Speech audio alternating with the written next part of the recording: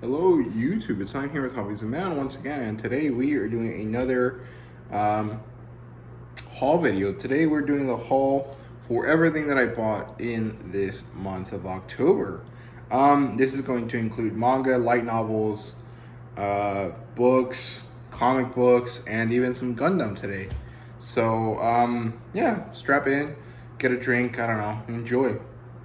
So let's start with the Gundam since it's the least stuff that I have. So first off, I got this nice HG RX-78 2.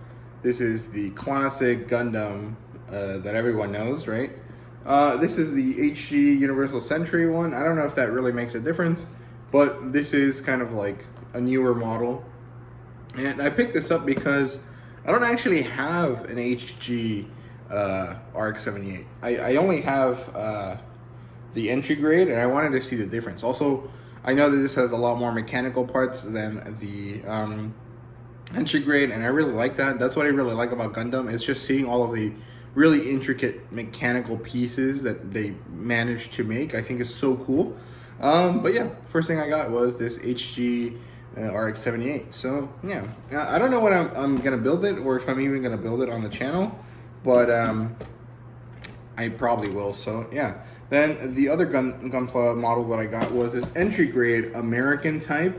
This is like the Target exclusive entry grade. I really like it. I like this kind of American theme that it has going on. It has like this cool, what's it called, Star Spangled Banner looking thing on one of the shoulder pads, and an eagle on the other one. I think that's cool.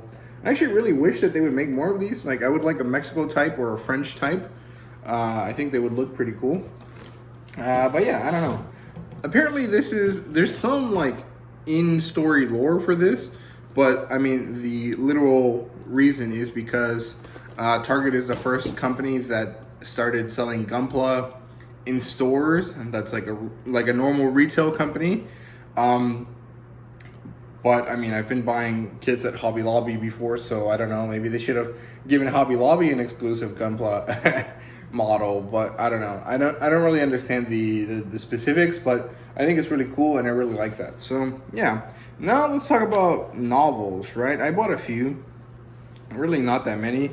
There was this kind of sale going on by an author, and I bought like the 3 novels that he had available. So the first one is Never Die. The second one is Pawn's Gambit, and the third one is Century Blade. And I'll put pictures up right now so you guys can see what I'm talking about. I got all of that for $2, so I thought that was super awesome. And that's it for the novels. Next, let's do the comic books, and then I'll talk about everything else. So let's see. So let's start with single issues, and then we'll move on to the 2 trade paperbacks that I have. So let's see if I can get this all in chronological order. Okay. So first I got Gun Honey issue 1. I really like this. I thought it was a really interesting premise. It was basically like, what if the Bond girl was Bond? And she was like a gun smuggler, and I thought that was really cool. I actually really enjoyed it. The art was really good. I think it's done by someone from Korea. It doesn't say on here, but yeah, the art is really nice. Really, really, really well done. I really liked it. Here's Dark Ages issue 2. I already did a review for this. I really like this story overall. I think Tom Taylor is one of my favorite authors in the comic book world right now. But I'm really not that well versed, so he's only my favorite because I know the most about him. But yeah, and then we have Mir Gandolfo's Red Sonja. Actually, I think Mir Gandolfo might be my favorite, but she's kind of difficult because she has a lot of different variety. So it's kind of hard to say if she's my favorite or not, because I just really like Sweet Paprika more than anything. So yeah, Transformers King Grimlock issue 3. I don't know. I'm liking this story, but it's not as good as the premise made it out to be. Right now, there's just a lot of like back and forth between Grimlock and some people. Titans United issue 2. I really like this cover. I love the purple, and Raven is one of the main characters on it, so I like that a lot. Vampyverse 2. I don't know how I feel about this story. So far, it's interesting, but I probably will end up canceling my pull list subscription for this one because I like it, but I don't think I like it that much. And once the initial premise was kind of explained, I haven't really found anything interesting about it yet, but I'll give it a few more issues. Then Symbiote Spider-Man, Crossroads. I think this is issue 4, yeah. I don't know, this one's interesting. This one kind of dealt with the Eternals and the Deviants. I thought that was pretty cool. Don't really know too much about it, so I thought it was interesting. Eternals Forever. I think I reviewed this as well. Maybe it was some different Eternals one. I can't remember, but this is pretty cool. It basically deals with like Icarus getting turned into a turncoat for a little bit and kind of how they interact. I thought it was pretty cool. Kind of like a nice little primer to how Eternals work. I thought it was pretty interesting. Here's Eternal Celestia. This one kind of talks about Ajax and Mirakai, I think is her name, the fast one. As they kind of deal with their religion and kind of what to do with the fact that, you know, their creators have abandoned them. And I thought it was pretty cool, very poignant. I'm not a religious person, so it wasn't like poignant specifically to me, but in general to the human condition, I thought it was pretty interesting. Then Spider-Man 75. I got into this Spider-Man story because, one, I really like Spider-Man, and two, because I decided that, you know, 75 is the start of new story arc, might as well start there. And so far I'm liking it. It's basically like Spider-Man's clone shows up and then kind of takes over the persona because apparently it was copyrighted and Peter Parker doesn't actually own the rights to the copyrights, so anyone that owns it can be Spider-Man. And it's pretty interesting. I like that. I thought it was pretty cool. Here's 76 of Amazing Spider-Man. And here's Avengers 49. I actually messed up and started on this issue instead of 50, which is the start of a new story arc. This one is kind of like the final parts of this World War She-Hulk story arc. That really, I mean, it didn't really make sense because I didn't know the context, but it doesn't seem like it was a very meaningful story. It just seems very much like, here, we need a villain, let's make a Hulk villain like a thing, because why not? And it wasn't really well thought out, but it was pretty interesting to see Namor. I've never seen that character before, and I think that it was really cool. I really liked him. I thought he was very interesting, and I like this character design. So yeah, there you go. That's Avengers 49. Here's Darkhold Iron Man. So initially, I actually thought that Darkhold was going to be like a continuous story instead of like a bunch of Darkhold-esque retellings. So this one is actually a retelling of the origin story of Iron Man, but then it turns into this kind of body horror aspect kind of thing that I thought was pretty cool. I actually really liked it, but it was kind of different from what I was initially expecting, and so I initially didn't really enjoy it. But, you know, I reread it later with expectations kind of tempered, and I thought it was actually quite good. So yeah, here's Gun Honey issue 2. Really love this cover. I just really like it. And this continues the story from the first issue, and we get to see a bit more stuff. We get to see the background of this Gun Honey character, and I'm pretty interested in seeing what happens next. I think this is only a 5-issue series, so that's pretty interesting. I'll probably end up buying the collected edition, but I really do like it so far. I really like those covers. Here's Sweet Paprika 4. Yeah, by Mirka and Dolfo. This one is interesting. Sweet Paprika is so weird to describe. Like, it's a rom-com, but it's also like this kind of office thriller kind of thing. But it mostly feels like a soap opera. And I think that's why I like it, because it reminds me of, you know, what my mom used to watch when I was younger. But it also has this kind of idea or this kind of stuff that kind of resonates with young people that are kind of in the workforce, kind of just like grinding through the day and not really having time for interpersonal relationships. So I thought that was pretty interesting, and I quite like it. So yeah, also the art style is really beautiful. Milka and Dolfo's kind of vaguely cartoony, but also very kind of attractive style is very nice. Here's Death of Doctor Strange issue 2. Not much to say about this one. I like the exposition so far, but that's mostly what this chapter has been. There's a bunch of tie-ins and crossovers, which is going to be interesting, but I don't really necessarily know that I'll care too much about them. But I did order them just in case. But yeah, here you go. Nothing much to say about that one. The title is self-explanatory. Here's Amazing Spider-Man 77. So yeah, I don't know if anything really important happened here. We stopped focusing on Peter and started focusing on Ben Reilly, which is his clone. And so far, Ben Reilly is a derivative character. Obviously, that's kind of like his thing, but he's also really not interesting. So I don't know. I haven't really decided how I feel about him yet. But I do want to keep reading this. I really like the art style at the very least. The story is actually pretty good as well, so it's not like the story is bad. Here's Deathstroke Inc. issue 2. I don't think I'll buy another one of these, but I might. I don't know. I really like this one because it was in space, and the art style is really good. It kind of feels a little bit different from the first one, but also kind of in the same style. So it's kind of interesting. I really like the Deathstroke's kind of spacesuit. And Black Canary spacesuit was pretty cool as well. Kind of funny that it's actually white and gold instead of black and yellow or whatever color scheme is. So yeah, let's see what else is next. Darkhold Blade. Now this one is interesting because I don't really know the backstory of Blade, but it was kind of clearly explained in this, and it also kind of went a little bit differently, and I really liked it. It also had some imagery that was pretty similar to stuff in the Dune movie, which was kind of like an extra little bit of like, oh, this is cool kind of feeling to it. So I like that. I thought it was really nice. And yeah. Then Thor 18. I don't really follow the Thor issues. I just got this one because I thought it was funny they had a frog on it. And I actually really like this issue, but I don't think that the next issue is going to follow the storyline that's happening here, because it's basically like the pet Avengers join in and kind of do things. And it just happens that they're led by this guy called Throg, like Thor the Frog kind of thing. And it's pretty funny. I like it a lot. I think it was very nice comedy. It kind of fits nicely with the weird kind of like Shakespearean vibe that Thor has. So I thought it was pretty funny. And yeah, nothing much to say about this one beyond that.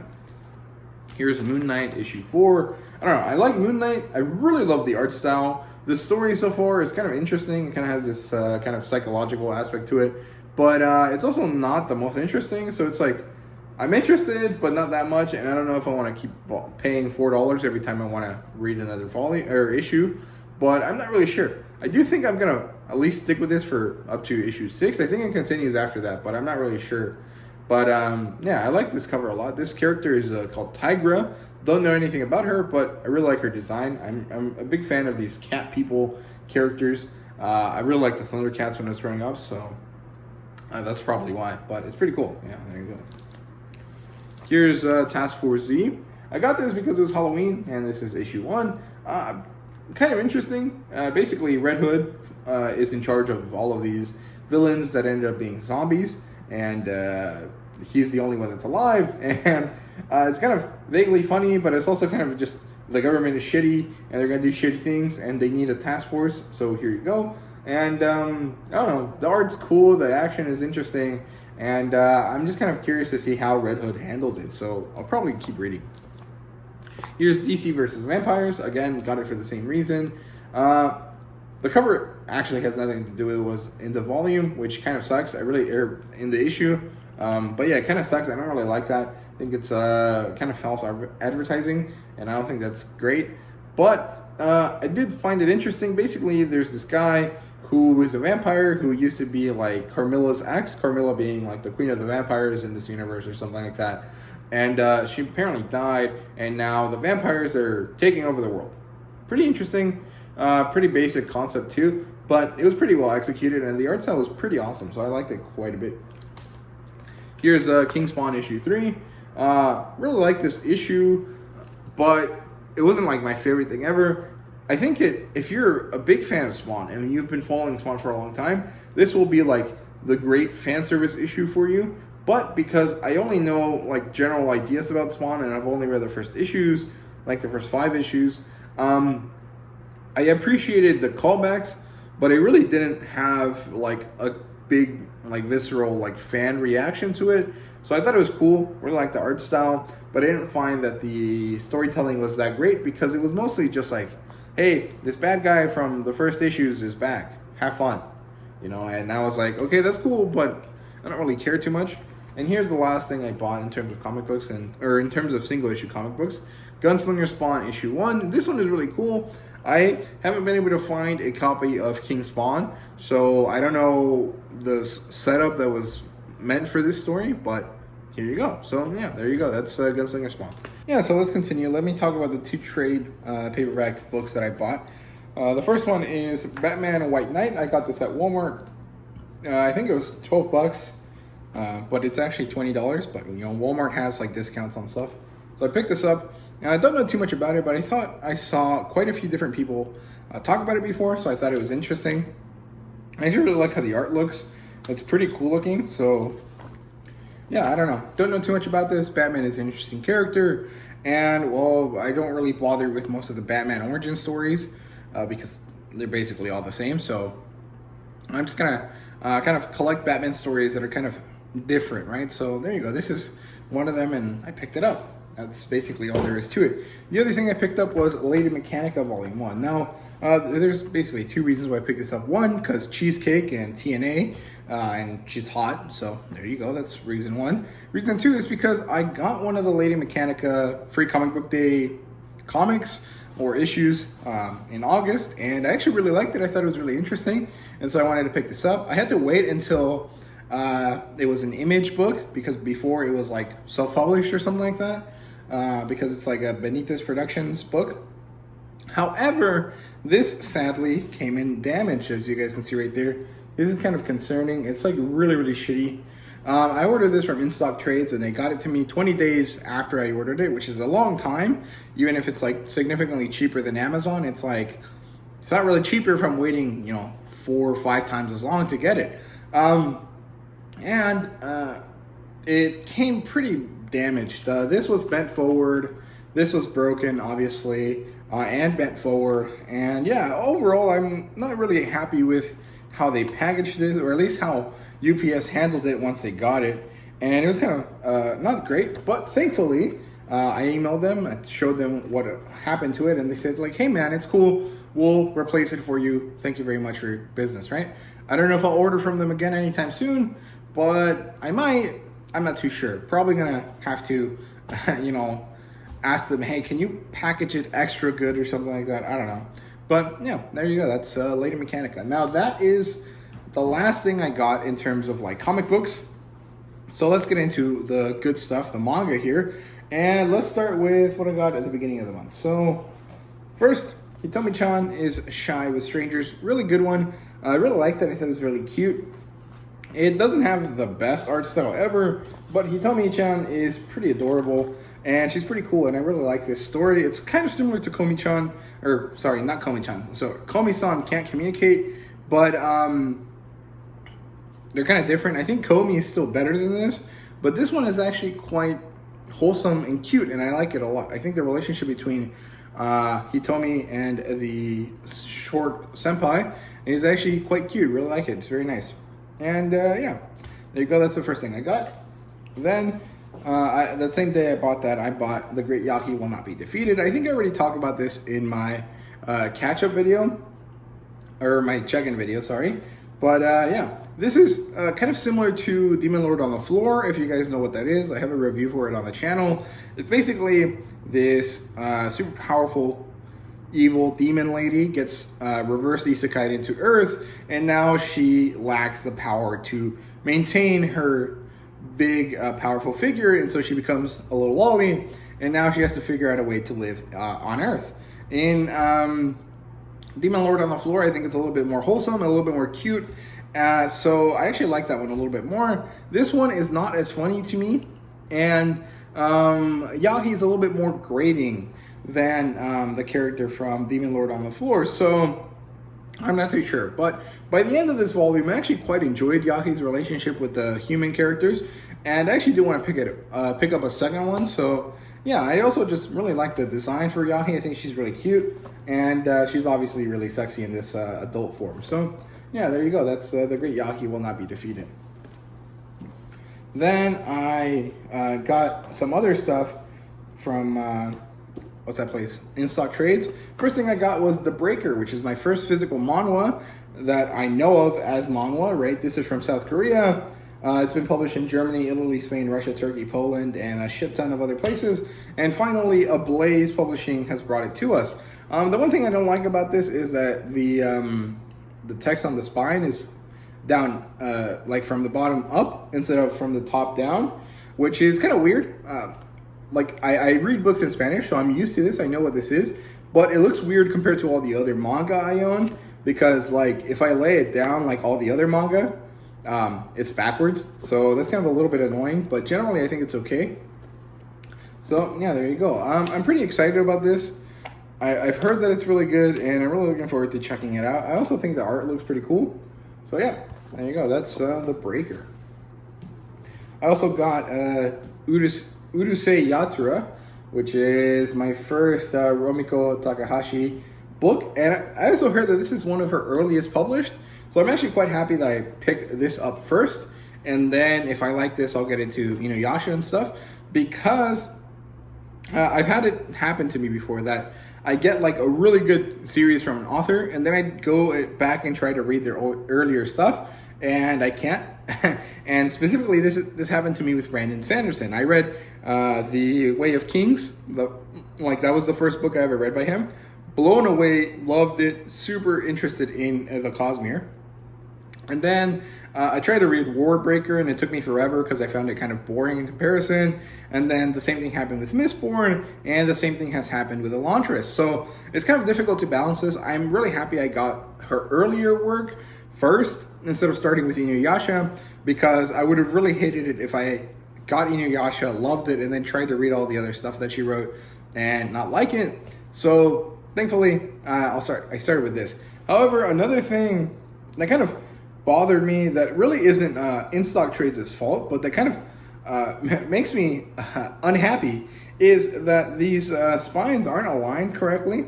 If you guys notice, this is way higher than it usually is on a regular SIG volume. And of course, you can see that kind of strip of yellow there, and this tiny strip of green on the front. That should not be there, and that's really, really annoying. And again, it's not In Stock Trades' fault. I mean, they don't control this, but the fact that it came in with a bunch of other damaged books is kind of the extra shitty cherry on top of the shitty cake. So yeah, I don't know. It was kind of annoying, but I'm pretty excited about this. I hope I can enjoy it. I really like the vibe of it. The aesthetic of it is pretty funny, and a lot of people have said that it's kind of similar to To Love Ru. So there you go. I like To Love Ru quite a bit. Next, this is Reina Seven Spellblades. Sorry, I couldn't think for a second. Third in the not Harry Potter light novel. That is definitely Harry Potter. I really like this. I really like the series, and I can't wait to read this. Probably I won't read it until December because I want to take it with me to Mexico. I think this is a fun kind of series to kind of just binge, and I want to be able to do that, but I also don't want to kind of like, what's it called? Do it immediately. So I'm going to wait a little bit on this and take it with me to Mexico when I go on vacation this winter. But yeah, really looking forward to it. I really like this new character that showed up, this lady in purple. I don't know who she is, but I'm really excited to find out. And yeah, I don't know. There's not much to say about this besides it being super awesome, and I love it, and really happy to get this. I actually had to substitute this in for a different book because they didn't have the other book that I ordered at In Stock Trades, so that kind of sucks.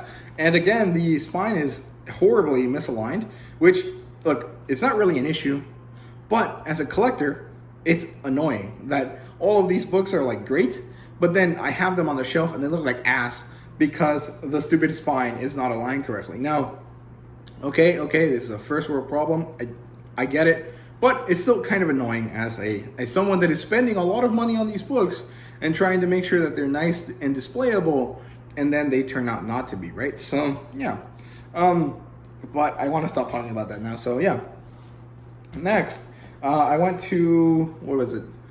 Barnes & Noble, because I had just gotten my midterm grades back, and I did pretty good. So I wanted to kind of get myself a little gift to kind of feel better and kind of celebrate my success. So I got Eden Zero Volume 13, which is awesome. I really love this. This is the start of the new arc. I think this is Foresta arc or something like that. No, actually, I think this is the Red Cave arc.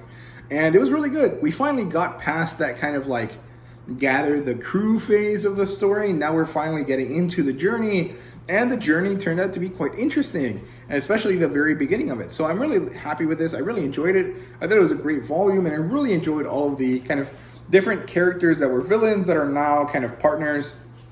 And of course, as always, Mashima excels at his gorgeous female character design. So there you go. Eden Zero Volume 13. The other thing that I got that day was Solo Leveling Volume 3. Sorry, I almost dropped it.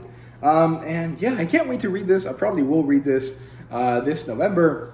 But yeah, it's like the continuation of the previous volume. And I don't really know what happens here yet, but I've heard some people say this is kind of a little bit more slice of life compared to the first two. And I think that's a nice change of pace. And I'm really excited to see what happens and see how it kind of grows. Also, I just love these designs on the covers. They get better and better. And this fucking color is so amazing. I don't know how to describe it. It's like more purple than the previous one. And the first one was brown. So it's like brown, reddish, purple. I think it's a really, really good combination of colors. And the spines are all going to look really nice when they're lined up. And of course, thank God this one is actually correctly aligned. So that's pretty wonderful. But yeah, really happy with this. I'm really excited about that. So yeah, there you go. That's it. I have a few more things. Okay, and I have a few more physical manga, but let's talk about the manga that I bought digitally first. So I ended up buying some light novels the other day because J Novel Club was celebrating its like 6th year anniversary or something like that. So I got Campfire Cooking Volume 1, Dungeon Buster Volume 2. Dungeon Buster was a great light novel, so I really wanted to pick up the second one. Something mapping is a low tier skill, but something. I can't remember what it's called, but it was a really cool cover that I liked. I think the colors were really nice on it. And the last thing that I got was the Foul Ray Paladin Volume 1. And it all came out to $15, which is a really nice price for 4 different light novels, so that's pretty good. Again, these were digital because it was a digital sale. But yeah, then the other things that I bought digitally were actually some manga from Mexico, and I actually ordered them twice because the first time my card got declined, and then the second time the same thing happened. Apparently, Panini got back to me, and it has to do with my card not being recognized by their system, so I have to do it again and pay for a different with a different card. But I'm going to do that after recording this. But it's because they have a 20% discount sale this weekend due to celebrating Halloween. And I ended up buying the first volume of Rooster Fighter because I really want that Mexican postcard that they have of the Rooster Fighter wearing a poncho and a hat. I thought that looks really cool. I also picked up Origin Volumes 5 through 9, which is almost the whole set. Because previously I bought 3 and 4 last time I ordered online. And I got Dorohedoro Volume 1. I got it from Mexico because they come with a really nice texture on the cover, and I really want that. And of course, I also ended up buying Wanted, which is a Eiichiro Oda short story collection that they have available in Mexico. I guess all of those short stories are what you get on the in the box sets. I'm not really sure, like in American box sets. But in Mexico, they just sell it as a book, so I wanted to pick that up because I thought that was pretty cool. Also, I usually am probably going to buy volume 1s of series that I'm interested in Mexico because they usually come with like some little extras, like the Rooster Fighter comes with a postcard, and the other ones that I mentioned come with a page divider? No, a bookmark, sorry. So, yeah. And then I got 2 more things. One, I got the first My Hero Academia movie. I bought it from someone on Manga Swap. It was $7, so I was like, okay, this is like half price. Might as well get it. I thought it was pretty cool. And then I also got volumes 1 and 2 of Gleipnir. I really liked the first volume of Gleipnir. I read it digitally, and I really liked it. So when I saw these on sale, I had to get them. So there you go. That's basically the last thing I bought. Today, I actually went to watch the new My Hero Academia movie, and I actually ended up getting a few of these little My Hero Academia World Heroes volume books. So I don't really know what's in them. I think it's mostly just information on the movie. Yeah, it's like information on the movie and the characters and stuff like that. So it looks pretty nice. I actually think this is pretty cool. There you go. That's pretty awesome. And I am going to do a review for the movie. I was actually going to wait till Sunday, but I decided that that's probably going to be too late for the movie. So I'm just going to make a ramble video right after this one and upload it later tonight. So stay tuned for that. And tomorrow I'll upload my Kaiju number 8 chapter review for this week. So yeah, there you go. These are what the little notebooks look like. These aren't published by Viz, so they're not as good quality, but it's pretty cool. So I got one for myself, and I got one to give away when we hit 1,000 subscribers, and I got one to sell, you know, in the future when someone wants to get it and they can't. So yeah, there you go. Those are my 3 little My Hero, World Hero booklets. So yeah, that's all I got this month. I hope you guys enjoyed this video. If you did, please leave a like, subscribe, and comment down below. Let me know what you thought. And yeah, thank you guys very much for watching. I really do appreciate it. And yeah, see you guys later.